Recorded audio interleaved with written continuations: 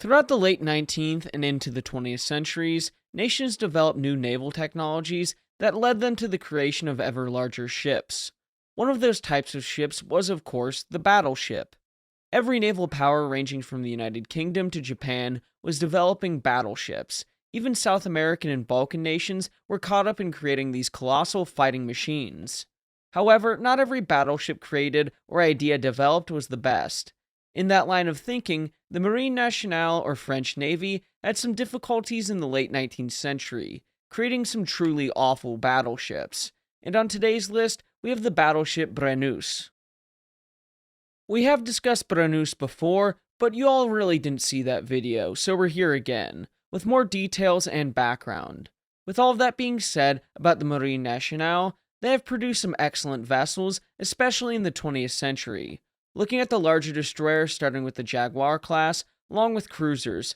Of course, capital ships, the Richelieu class for example, were excellent battleships. It's just that a lot of their ships were unconventional and rather unique. Certainly in the late 19th century, and even in the 20th century. Of which the uniqueness can be boiled down to several components, in my humble opinion of course. 1. The tumble home hulls. 2. Large superstructures. 3. Designed by committee/independence of different naval yards. And 4. Whatever naval tactics/building programs were in vogue, such as the Jeune École or Young School starting in the late 1800s. At least for majority of the ships we'll discuss on the channel. Granted, there could be more reasons, but these are just my thoughts as we delve into the Marine Nationale a bit more. There could be more or less, and if you agree or disagree or want to add on to the list, please let me know down in the comments. In the late 1880s, battleship construction had been suspended and then resumed, with the powers that be favoring the Jeune École fleet composition that focused on smaller craft, where to take from Stephen S. Roberts and French warships in the Age of Steam, 1859 to 1914. During the 1880s and 1890s, all navies had to adjust to fundamental technological challenges, above all the torpedo. In France, this adjustment involved heated polemics in the press and parliament by partisans of the Jeune École, literally young school, favoring torpedo boats as a replacement for the mastodontes, mastodon battleships, while much of the Navy and its civilian supporters defended battleships as the only lasting form of sea power. After exercises at sea showed that when faced by operational realities, some of the more extreme Jeune École theories failed to meet expectations. He resumed some battleship construction work in 1887. With this in mind, on January 7, 1886, Rear Admiral Abbé, the leader of the Jeune École, advocated amongst other things building torpedo boats in place of battleships. He became Minister of Marine. Now, he lasted until May of 1887, and for the sake of time, without delving too deep into it, battleship construction continued under a new minister.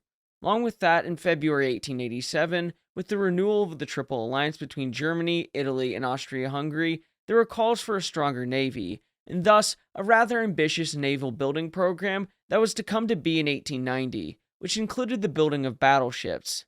Taking from Ruggero Staglini and Michel Constantino, in the French fleet, Ships, Strategy, and Operations, 1870 to 1918. After 20 years of experiments and programs for ships of the line, the French Navy finally made its debut in the pre-dreadnought era in 1889, when Brennus was laid down at Lorient. An earlier ironclad named Brennus had been laid down in 1884 and cancelled under Abbé as Minister of the Navy. Abbé's successor, Edouard Babet, proposed that the Navy Council of Works examine new plans in accordance with current developments in naval architecture. As a result, the initial design was entirely reworked by Huon, and Brennus marked an important step in the evolution of French battleships. The new battleship would be inspired by contemporaries Dandelot and Inflexible. French planners also had to deal with changes to diplomatic problems, as I mentioned, with the creation of the Triple Alliance in 1870, and especially the development of Italian naval bases in the Mediterranean, a real thorn in the side of the Marine Nationale into the 20th century, of which I can't help myself and use my favorite quote on the subject, even though it's a bit ahead of our time in this discussion. It's just so descriptive. Franco-Italian rivalry, current history 1916 to 1940, Volume 38, Number 3, by B.Z. Goldberg from June of 1933, who opens up by saying, quote, "The immediate danger to the peace of Europe lies somewhere between Rome and the implacable Balkans, for Italy has dared to challenge French hegemony. Germany, despite all of her potential might and menace, is but the background to the impending, possibly final struggle between Caesar and Gaul. France still finds it difficult to see in Italy an adversary worthy of the name. She has not forgotten the adage of Metternich, that Italy is not a nation but a geographical expression, nor can she forget how Italy rose to nationhood. Since Napoleon III concluded the hasty armistice at Villafranca, France has been trying to curb Italian aspirations. In such a policy, Italy finds grounds for deep resentment, to which the division of spoils at Versailles only added. Like I said, a bit ahead of our time, but in combination with this from Roberts, the French had not forgotten the potential threat from Italy's fast battleships against French coasts, and new concerns were aroused by the early renewal of the Triple Alliance memberships and the start of Italian development in 1888 of La Maddalena in northern Sardinia as a naval base following their 1887 naval maneuvers. So this was the environment that Brennus was developed in. One of the first ships thought of during this French naval expansion was the battleship Brennus, with new technologies in mind like the 37 and 47mm revolving Hotchkiss quick-firing guns and new large-caliber guns such as the Model 1887 340mm gun, along with the adoption of new armor schemes, machinery, and other such improvements, as this was going to be the Marine Nationale's first real delve into what today we would term pre-dreadnoughts. With that being said, Aubé had funded the construction of ironclads, these being Neptune, Magenta, and Brennus. Hopefully that last name is familiar. As mentioned previously, construction was stopped on battleships during his tenure, including these 3 ships. But when he was out of office, work was resumed on Neptune and Magenta, but not Brennus. Taking from Stephen S. Roberts again, on August 27, 1887, Minister of Marine Barbé transmitted to the port specifications for a battleship produced by the Council of Works on 26 July 1887, and asked them to submit designs. That is, the Council of Works requested the various yards to produce designs for a new battleship. He continues, on September 1, 1887, Lorient sent to the ministry a statement of the state of Brennus at the time work was stopped. In early October, Barbé asked Huon, the senior constructor at Lorient, if it would be possible to meet some of the August specifications while retaining the underwater portions of the hull, which had already been fabricated, and in some cases, laid on the building ways. Huon reported to the maritime prefect on October 11th that it would be possible to modify the design for the suspended Brennus to satisfy nearly completed new specifications while using the work already done, and added that the yard needed the work as soon as possible. So basically, they were going to transform the already started Brennus, an ironclad ship, into something that we would call a pre-dreadnought. So yeah, it was going to be an interesting transformation to say the least. Throughout the coming months, Huon's design changes were gone over by Paris. The naval constructor and Huon debated over the main battery mostly. Huon wanted Brennus to have 3 340mm guns, or for those who use the Imperial system, around 13.4 inches. The guns were to be in turrets, a twin turret forward and a single aft, originally using the same guns as Hoche, another ship we'll cover eventually, as well as 10 164.7mm guns, of which 4 were in armored redoubts in the superstructure above the turrets. 6 were in the central citadel in the hull, and 1 military mast between the 2 funnels, with the conning tower at its base, having a 10,673-ton displacement and machinery for 12,538 indicated horsepower. The secondary battery was rearranged according to the naval constructor, putting the secondary battery in the central citadel with 4 barbette turrets on top, allowing for 4 to fire forward and 4 aft. Then the military masts were increased to 2. The placement of the conning tower forward of the funnels rather than between them, and an increase in power to 13,500 indicated horsepower, and Belleville boilers, increasing the bow by 3 meters and changing the armor of the turrets to 40 centimeters from 45 to reduce the weight. not desiring to have stability issues, or so they thought, but a top speed of 17.5 knots instead of the 18 the August specifications wanted. Still, these December 1887 designs were within the limits of the specifications, adding 104 tons to the design, but they should be compensated for by the lengthening of the hull. The changes were officially adopted on December 31st, 1887, resuming the work on the ship while confirming the cancellation of another ship. The contractors for the main belt armor were approved on October 1st, 1889, which was for steel and not iron from the works we discussed in a previous Weird Ships video. Further contracts for the development of more steel continued until 1891 for different parts of the ship's armor, like the secondary battery for example. Another change that came was to the main battery, with the proposed 28.5 caliber 340mm Model 1884 guns designed for Brennus not being good enough, as there was a new 42 caliber 340mm Model 1887 gun with a higher initial velocity, and this was the gun that was going to be installed on the ship. Interestingly enough, her engines were the first triple expansion engines built at Indraut for a large ship. While more changes saw a fifth torpedo tube aft of the admiral's cabin on early plans, which was deleted before the completion in 1894, and a sixth bow tube between the hawser pipes was deleted even earlier. There was some thought in adding a small ram, but it was deleted as well because it would not have been strong enough to do anything. By December 1890, the secondary battery was changed to quick firing. I'm sure as you can tell, work on the ship was slow, dragging well into the 1890s. I need to quote Roberts again because I can't come up with words to better describe the following. On June 17, 1894, mind you, the ship had launched in 1891, the usual stability trials conducted upon completion of fitting out revealed a catastrophic lack of stability.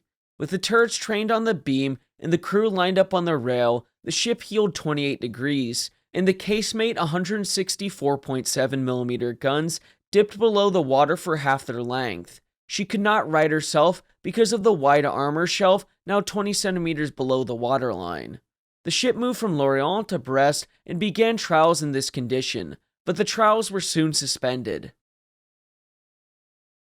Something to keep in mind as we discuss the ship is the fact a weakness of the design will be the requirement to limit dimensions and displacement as much as possible, this causing an increase in the draft, which will lead to poor stability. Another issue that was found is the fact that the turrets were not stable, where Roberts writes, "There was no remedy, however, for the fact that the turrets were not balanced, and when they were trained on the beam, and the upper edge of the main armor belt was level with the water, and for future battleships, they insisted on balanced turrets." Something I think that's pretty important if we're being honest. Before we continue, I think it's important to recognize the development of Brennus, as although she had issues, it's an impressive leap for the Marine Nationale. As John Jordan and Philippe Cressy in French battleships of World War I write, when completed in 1893, Brennus introduced a number of important new features. She had turrets fore and aft for her three main guns, which were the latest 340mm 42 caliber Model 1887 type and were exceptionally powerful for their day. Remarkably, two were in a twin turret forward with a single one on the quarterdeck aft. The secondary battery comprised of no fewer than 10 164.7mm Model 1887 guns, of which 4 were in single armored turrets on either beam amidships and 6 in an armored battery. Brennus introduced the influential Belleville water tube boiler, and was the first French battleship to have a homogeneous main belt of hardened steel. She was also the first with a thin upper belt against quick-firing guns.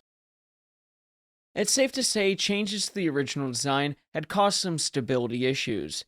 Adding 100+ tons was not compensated for by lengthening the hull.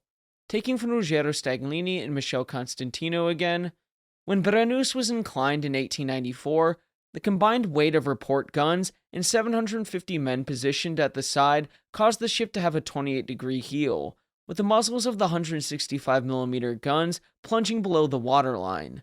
It was therefore decided to replace the aft military mast with a pole mast, install an external cofferdam at waterline level, remove the side covers of the funnels, and 5 service boats to lighten the steel superstructure used for moving the service boats, and add some armor plate at the upper edge of the belt. All of this work was completed by late 1894. It was aimed at increasing the metacentric height, and inclining experiments carried out in August 1895 proved satisfactory. Further machine trials proved that she could reach a top speed of 17.1 knots, not the 17.5 that was anticipated, but also taking from Jordan Caresse again. Unfortunately, far too much was attempted on the displacement. When she ran her initial trials in 1893, Brennus was 38 centimeters over her design draft, even without ammunition on board, and was seriously deficient in initial stability. Drastic measures were undertaken. The superstructures were reduced, and the military mainmast suppressed. She finally entered service in 1896, but was never regarded as a satisfactory ship. I'll post a picture of the particulars because, for the most part, people don't seem that interested in me yapping about them, so I'll leave them up on screen so you can more easily pause the video if you're interested. Throughout the coming years of service, Brennus needed various upgrades and changes to the ship to fit the ever-changing modern naval world, including having a wireless system installed in 1900 and additions to the pole mast. However, as the early 1900s went on, she was sent to the reserves as more modern battleships entered service, and because she was never really seen as satisfactory, being assigned to training roles in 1908 and eventually struck from the register in 1919. Ruggiero Staglini and Michele Constantino have this to say about Brennus, and I think it's apt to end with. Although plagued by poor stability, Brennus formed the basis for the subsequent group of 5 broadly similar battleships built to the same design specifications and included in the French 1890 naval program. That, of course, is the fleet of samples, something that we have discussed in previous videos, linked in the description. In our last video in this series, describing the worst battleships of each nation, people seem to take offense to their country's worst battleships, and that I'm not being fair, especially considering the time period. It's just meant to be a fun subject, so don't take it too seriously. Thank you all for watching, and please remember to like and subscribe, as it'll help the channel to grow. Until next time, my friends, have a great week.